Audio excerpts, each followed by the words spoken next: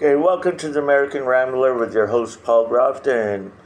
Okay, this is number 28 of our countdown to the 30 movies that gave us a glimpse of the future. Today we're going to be talking about Children of Men, a dystopian film directed by Alfonso Cuarón and based on a novel by P.D. James. We are seeing today a declining birth rate, and here he talks about a world facing human infertility, widespread social collapse, and authoritarian rule. While we haven't experienced the exact scenario depicted in the film, there are notable parallels between its themes and certain aspects of today's society. Okay, so here on the U.S. southern border, we are experiencing a mass migration of illegal aliens entering our border with the catch and release program. It's about, we're saying that the U.S. population is about 10%, but it seems more like it's 20%. Because you always have to account for the ones that they did not catch, which is usually about double. Okay? So widespread chaos and waves of refugees are seeking safety and a chance at a better life. This resonates with the contemporary challenges of global migration, displaced population, and the humanitarian crisis that have emerged from various regions. Okay, now we have the political authoritarianism. As we saw with the Matt Taibbi reports, how CIA and FBI and other government agencies were intertwined with social media platforms and intervened, like how the Hunter Biden computer was Russian disinformation, which turned out to be correct and was prevented from being shared. The film portrays a world dominated by authoritarian government using extreme measures to maintain control. Now, first we're having environmental decline and crisis.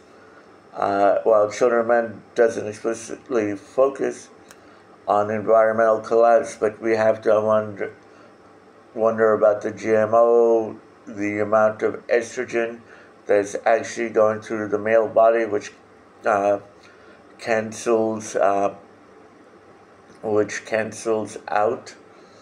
the needed testosterone to produce sperm and increase the hormonal rates and energy. Because without testosterone, our decision-making skills and our energy dissipates. So now, because of our fertility has declined, of course our population will decline. Something kind of funny, like in Idiocracy, the dumber people overpopulated while the smarter people did not. But it's kind of in reverse here, because it seems like the conservative people are the ones that are reproducing more than the liberal people. So while not talking about global infertility, I'm talking about more about U.S. infertility. After all, this is called the American Rambler, not the World Rambler, okay? While not a direct reflection of reality, we are having declining birth rates in the U.S. and in a lot of G7 countries. Now, it's kind of funny, disillusionment with authority. On one side, we have people that are quite disillusioned with authority, but what's funny is the ones that have protested in the 60s about the Vietnam War are now the ones saying, obey us, authority, instead of, it's kind of funny because I was raised in a generation not to trust the government. Okay, going back to our border crisis, where Texas and Florida and a couple of other states are about ready to be in a head-to-head match-off with the U.S. government, that if by a certain time in 2025, if Texas doesn't pull all their troops off the border and their barbed wire off the fence, the Texas National Guard will be federalized. However, there are other guards where they have the Texas Honor Guard, which is a state guard, which cannot be federalized. Okay. So here we're going to be having a head-to-head matchup. Okay. Rising inequality and social division. Yes. Cancel culture is part of that.